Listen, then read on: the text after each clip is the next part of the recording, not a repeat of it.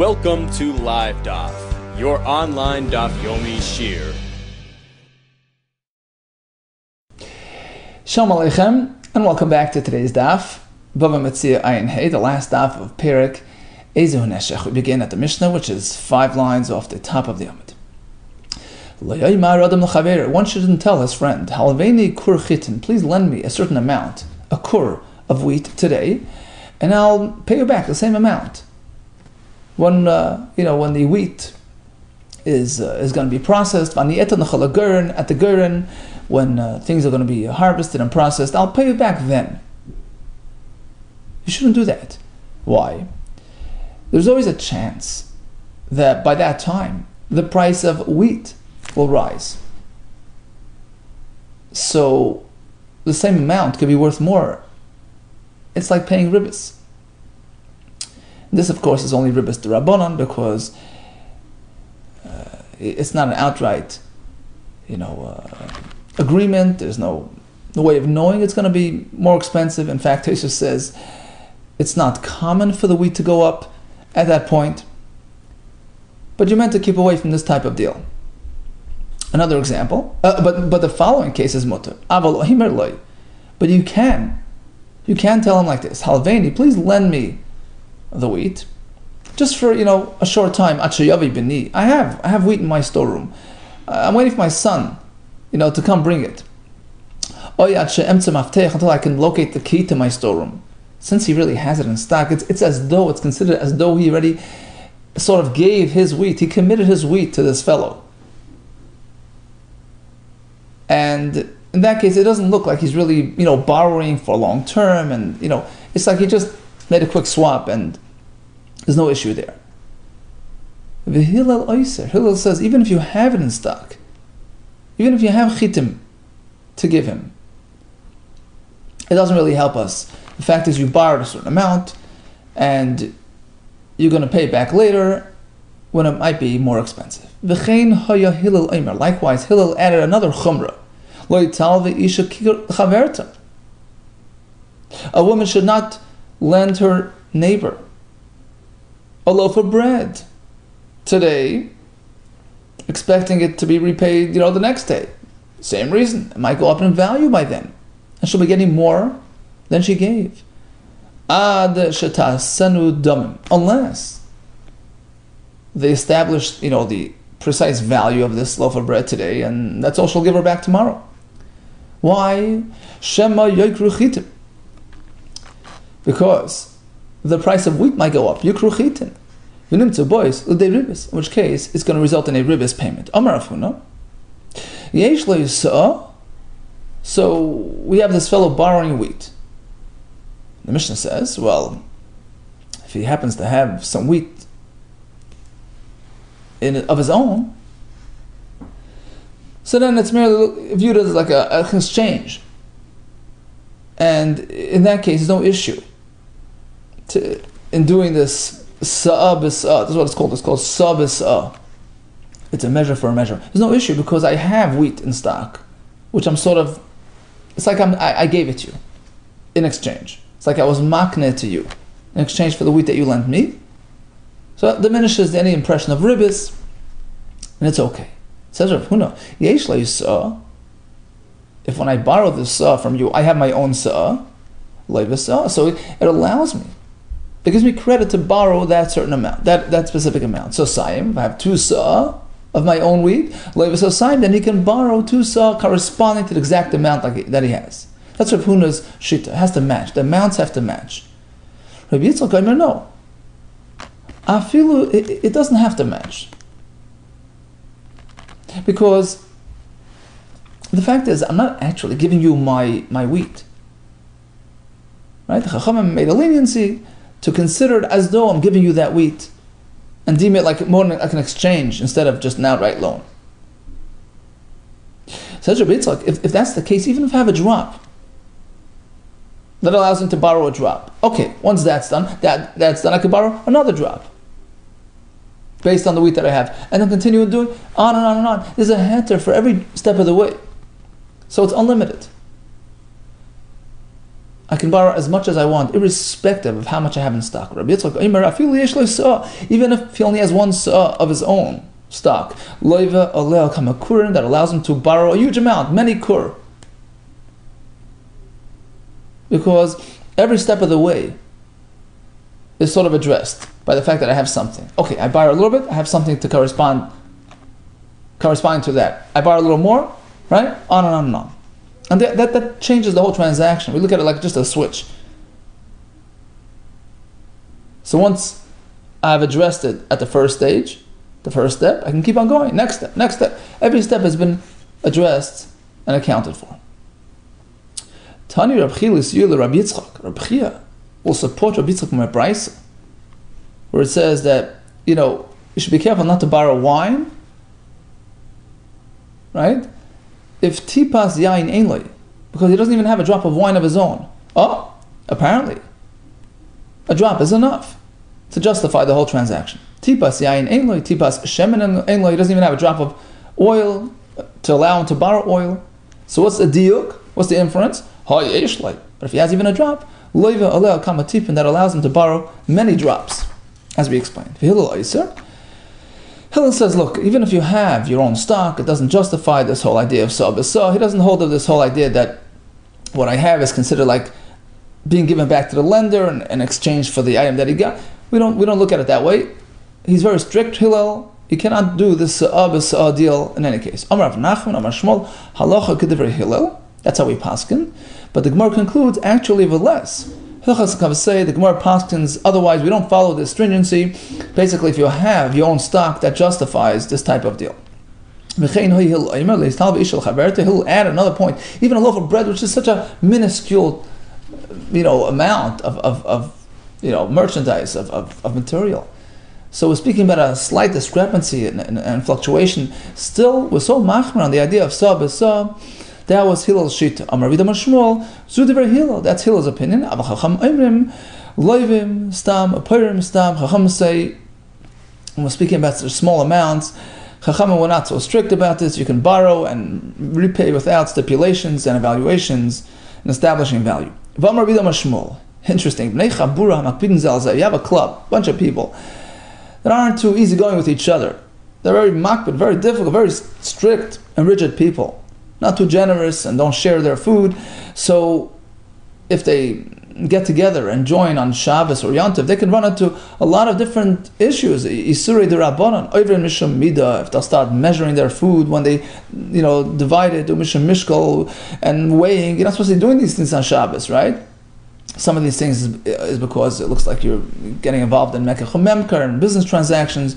Others are connected to a concern of leading to recording these things, writing these things. So a person keeps away from all these types of activities. But these fellows who are so strict and stingy, they're going to run into all these issues. They're going to be measuring and weighing and counting and borrowing and mishum mido, mishum mishkol, mishum minyan, counting and switching, mishum loivin upar, and borrowing and repaying v'yamtiv.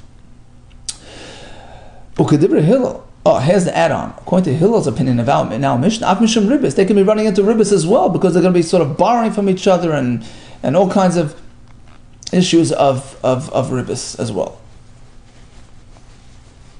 Interesting that the Mefarshim Medayik, that it seems from here that Hillel was only speaking when people are makbid with each other. And some explain because typically people are makbid with each other. And, unless you know specifically that, that they're not. Whereas the Chachamim don't consider this a concern presumably because it's a small amount, and there's no chumrah in that case.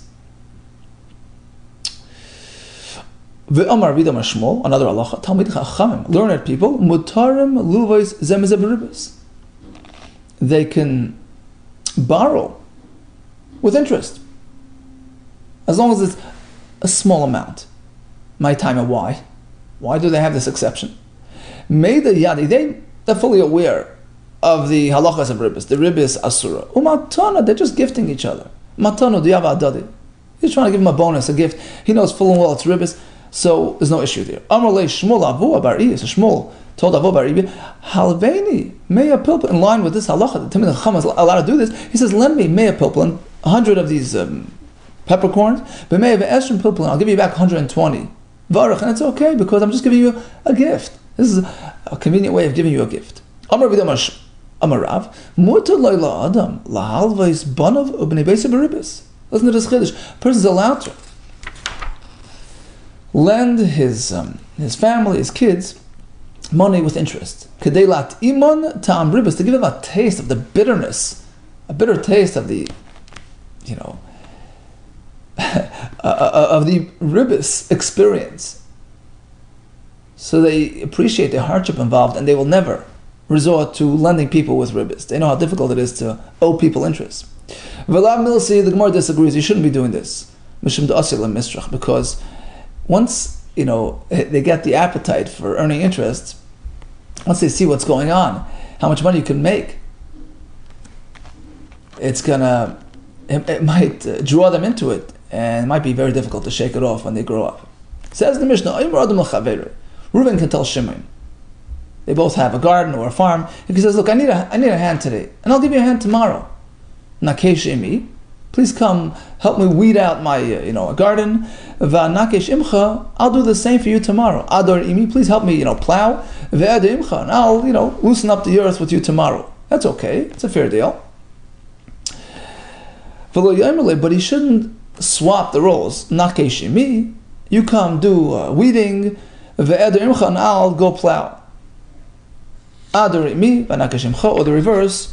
You plow by me, I'll weed by you, because one might be more difficult than the other, in which case he's repaying him more than he got. That's ribis. Kol yimei gored echad, but let's say it's the same type of activity. We're not concerned about days of the week. All the dry season days are considered pretty much one level of difficulty. We're not concerned that perhaps one day is longer than the other. It's close enough. It's okay. Kol yimei revia achas. Likewise, the winter days, the rainy days, that's considered one level of difficulty. But you shouldn't swap those seasons. You can't tell him, look, you help me plow when it's dry, which is actually easier than when it's muddy. And I'll help you I'll do the same for you when it's muddy, because that's giving him more than he got. Here comes a chiddush. Yesh ribas mugdemes. There's a concept of prepaid ribas. Ribas that a potential borrower will forward to his lender before the loan was issued. Likewise, a delayed ribis after repaying the loan. That's also asur kesa, for instance. So Shimon has his eye on Reuven. He plans on borrowing from him. So he starts, buttering him up. And he sends him a gift beforehand. And he says, look, I got plans. I want to do this because I'm going to be borrowing from you. Zohi ribis mukdemes, that constitutes early ribis, and it's asur. Likewise, delayed ribis. He already borrowed from him. When he repaid his loan, now he sends him a nice gift. And he explained, this is because that money, your money was sitting by me unused. You're losing, potential profit. Here's a gift. Zohi ribis mocheres, that's also asur as ribis mocheres. Now it sounds from the Mishnah, it's only asur if you inform him, if you sort of, send a card with it. So actually, the Ramah says that it's asur even without explaining.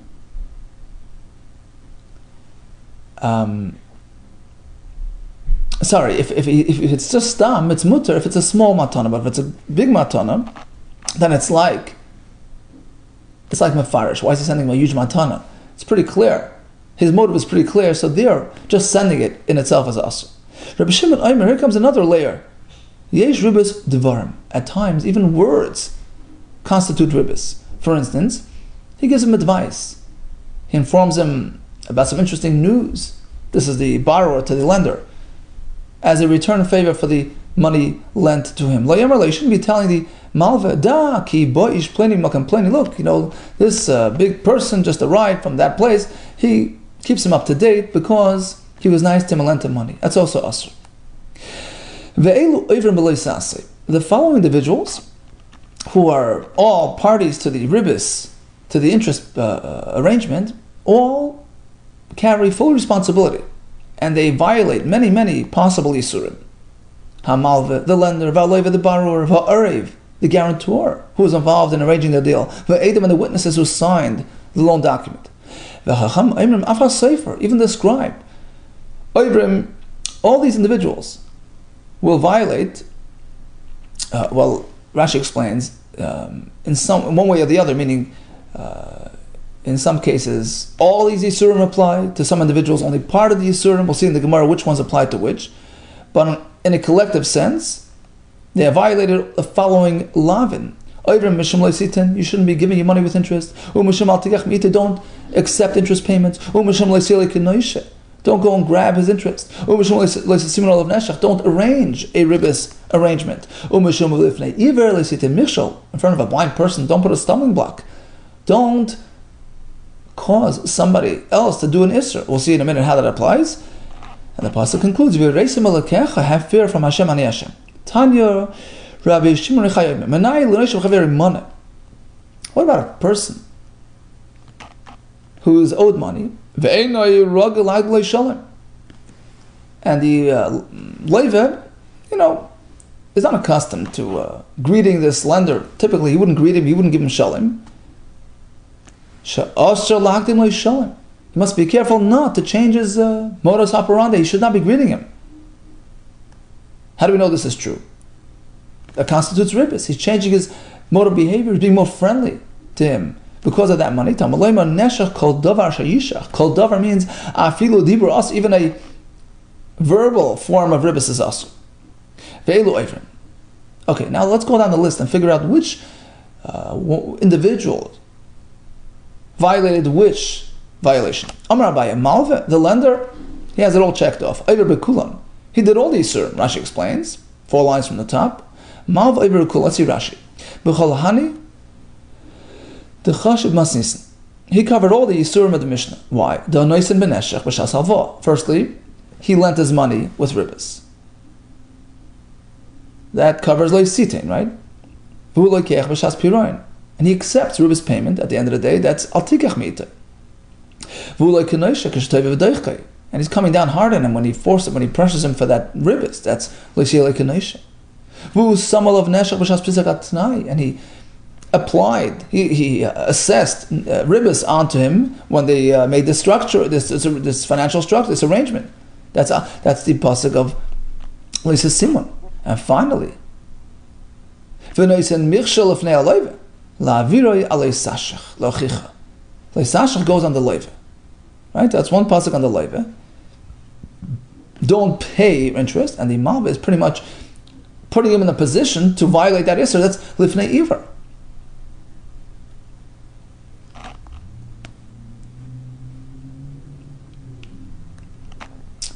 Okay, so the malva has it all covered. The loiva is over mishum leisashach lachicha. Don't pay ribis. Lachich leisashach. Because he's causing the malva to violate the issue of ribis. What about the arev and the va'edim? Ein oivin el mishum leisisim of neshech. The guarantor and the witnesses only have the issue of leisisim because they were involved in establishing this arrangement. Taisus says, what about lifnei iver? He says, well, the money would have been borrowed without their involvement, so there's no lifnei iver leisitim michshel. Tanya, Rabbi Shimon, malvi ribis. People who lend money with ribis, they think they're gaining, they're losing more than they're gaining. More than they think they're gaining, mafsid, they're really losing. As we learned the other day, when a person gets involved in ribis, he ends up losing more money. His assets, his business ventures collapse. But not only that, this is a euphemism. They degrade the Torah. They consider Moshe Rabbeinu a wise man and his Torah to be emes. It's really just the opposite. They look down on him. What's he telling us? Not to conduct business as usual. And they claim like this: if Moshe Rabbeinu would have only realized how much money there is to be made by lending money, he would never have prohibited ribis in the Torah. So there's a total disregard for everything important. Ki asur avdimi Amar, he says like this. This is a slightly related idea to ribis, but not exactly ribis related. But how do we know the following point, that if a person has a monetary claim on his friend owes him money, and the lender knows that this fellow, poor guy, he doesn't have money today, it is forbidden to just pass by him. That constitutes undue pressure. The pasuk says, don't pressure him. Rabbi Asi, they both expounded on this further. When a person comes down hard on his loive, it's as though he put him through two judgments, fire and water, because his face first drains, right? Because of his embarrassment and shame, turns white. That's like water. So the Marsha says that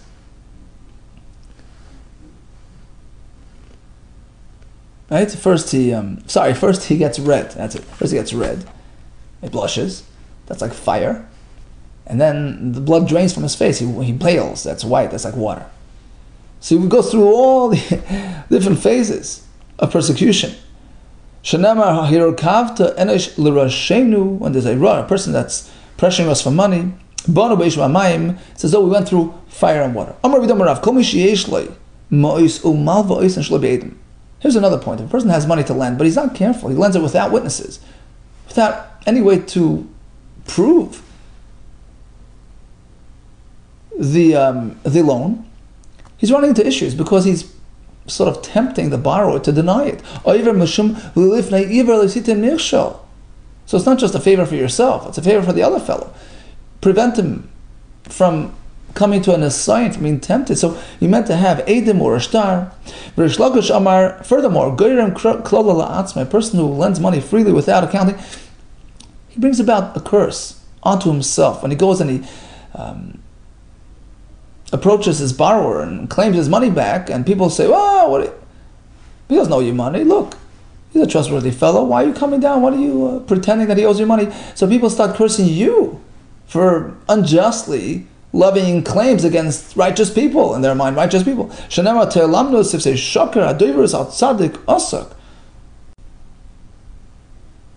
lips of a Rasha, right, should be silenced. Ones who levy these preposterous, claims against tzaddikim. So basically, to protect yourself and everybody else, write a shtar. Document your loans. Amrle Rabbanan, they told Rav Ashi, Kamakayim Ravina, Ravina fulfills everything that he's supposed to do. Kol Madamid Rabban, even everything that the Rabbanan say he keeps. Shalach Leis, Rav Ashi wanted to test him. He sent him a message, Bahadi Panya, right before, Shabbos, Friday afternoon, Bahadi Panya de Malishata, Shabsa.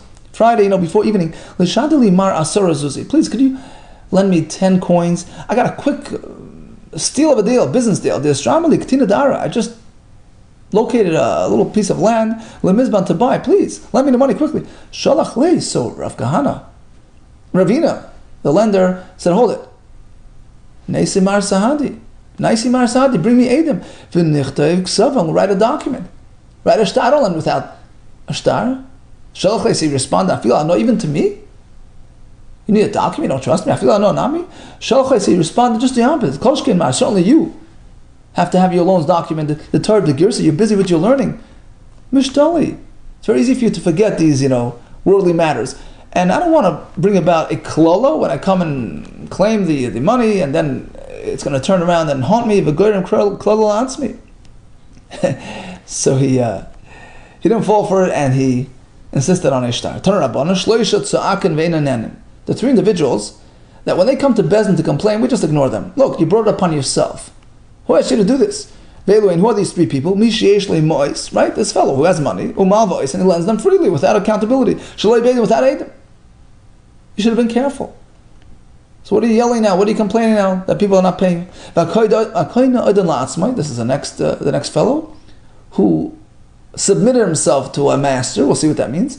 And finally, a fellow who doesn't behave properly, and his wife rules over him, which is not a good sign. Because it's the opposite of the way the Torah says. He's supposed to be running the show. If she runs the show, it doesn't reflect well on him. Okay, what is this fellow? Some say what happened was he pretended that his money belongs to a guy. sort of allowed him to lend it with ribbis.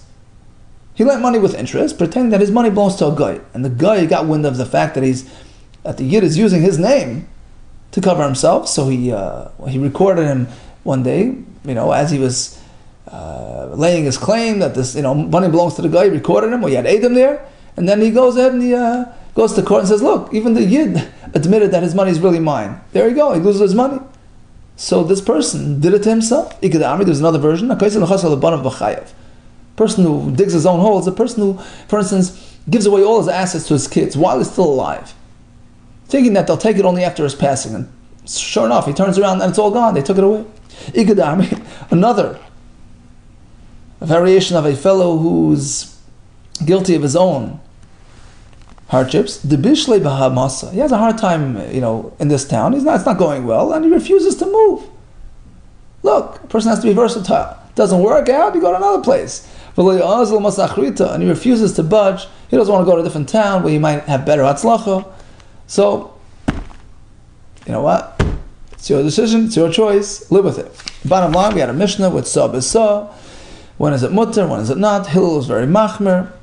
We had a hetef of Talmid Chachamim with a davar mu'at of ribbis. Regarding B'nai Beisa, the Gemara concludes you shouldn't be doing it because it might lead to a lifetime career in ribbis lending. There's a concept of ribbis mukdemes, ribbis mucheres, ribbis devarim. We lined up all the yisurim that theoretically can apply to a ribbis involvement and the importance of lending money, but with documentation.